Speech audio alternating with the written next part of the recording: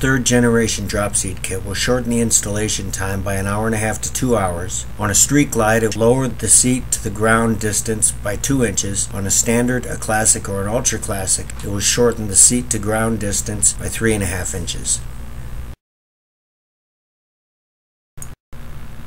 Step 1. Remove the saddlebags.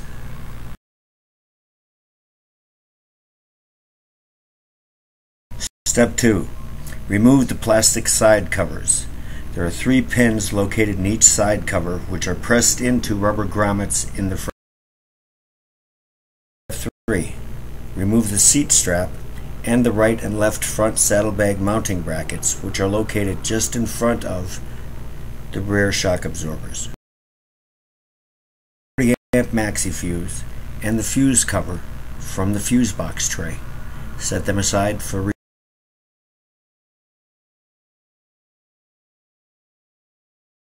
Step 5.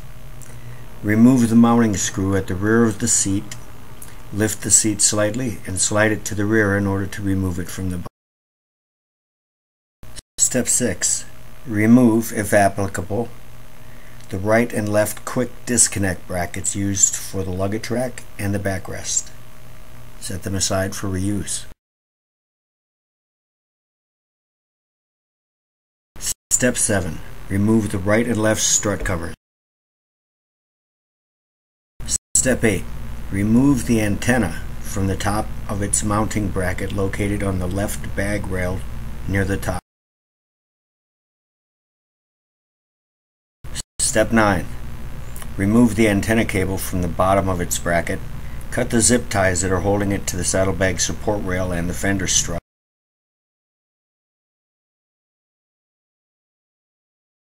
Step 10.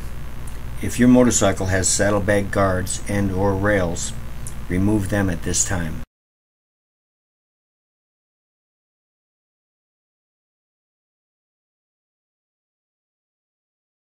Step 11.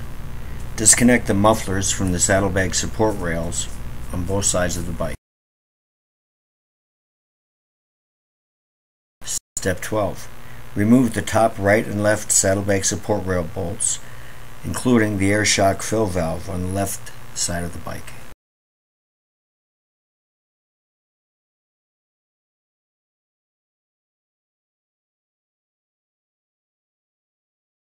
Step 13.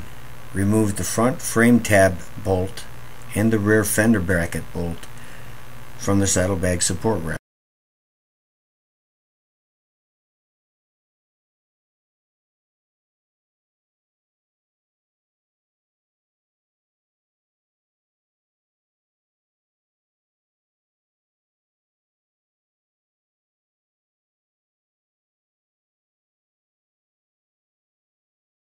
Step 14. From the front of the rear fender, remove 2 nuts, 2 nylon washers, and the conduit support bracket from the rear fender.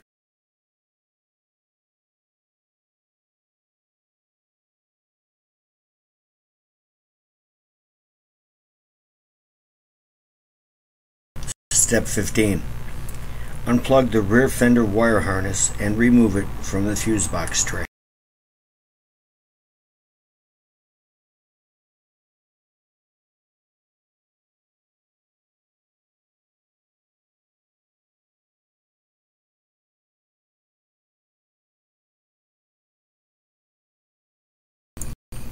Step 16.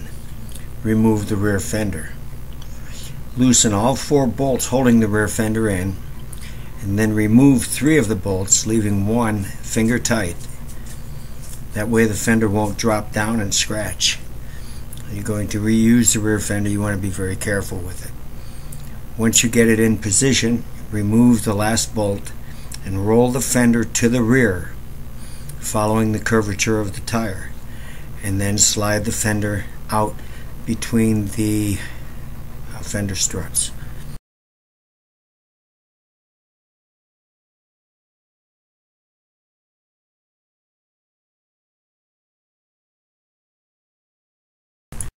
Step 17 and 18. Release the 2 clips that are holding the ECM to the ECM tray. Slide the red safety lock from the ECM plug and carefully rotate the gray lever backwards to release the plug from the ECM.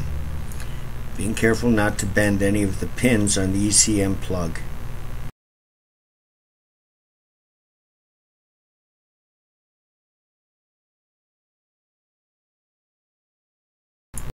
Steps 19 and 20. First, remove the emissions purge solenoid by sliding it forward off the ECM tray.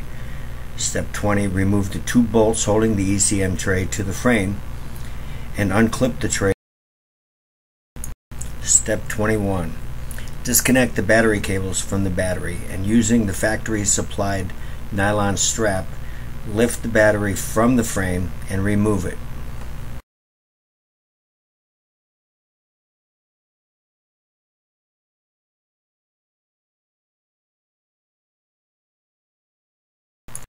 Step 22.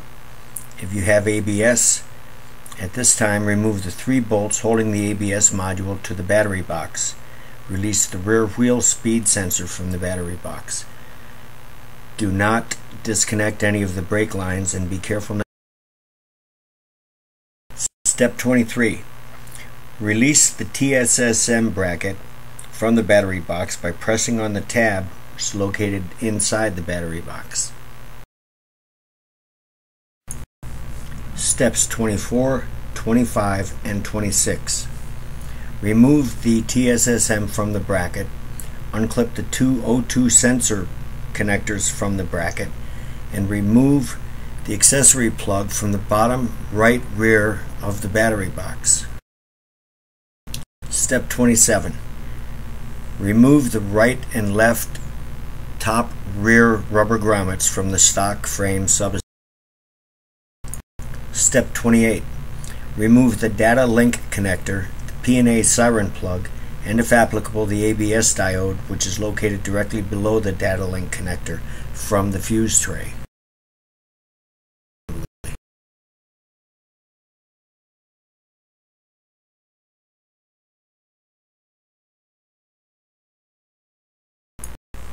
Step 29, Step 30, and Step 31.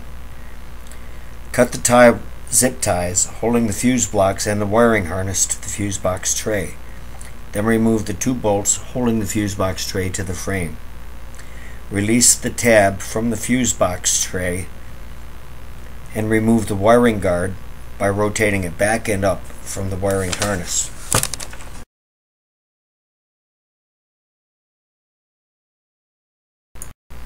Step 32. Lift the tab on the top of the fuse box tray to release the fuse block assembly from the tray and push the fuse block out the rear of the tray.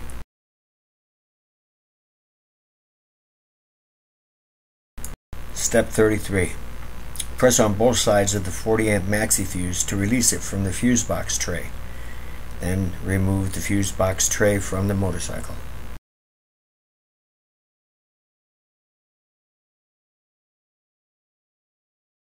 Step 34. Remove the 2 ignition coil bolts from the metal battery brace.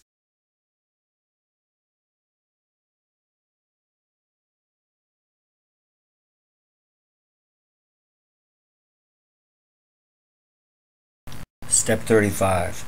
Remove the plug wires and the ignition coil signal wire plug from the coil and set it aside. Remove the nylon battery strap from the front of the stock battery box.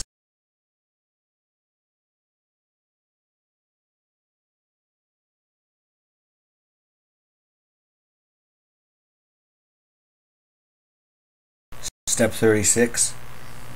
Remove the 4 bolts holding the stock battery box to the frame.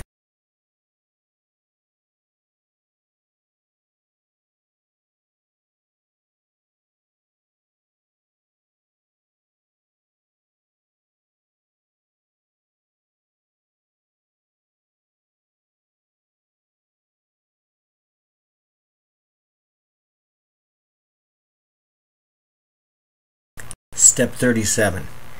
Use a jack to raise the rear of the bike in order to remove tension on the rear shock absorbers.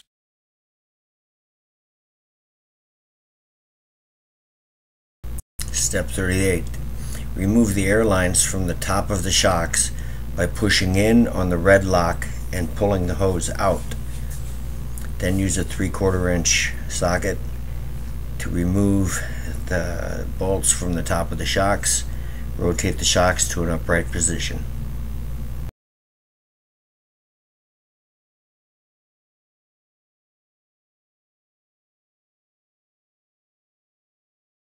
Wire harness to the factory subframe assembly.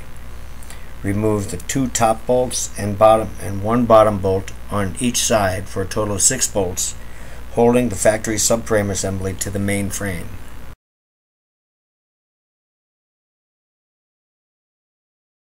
Step 40. Lift the factory subframe assembly up and slide it to the rear to remove it from the motorcycle. Step 41. Remove the stock battery box from the motorcycle. And this now completes our disassembly process for the drop seat kit.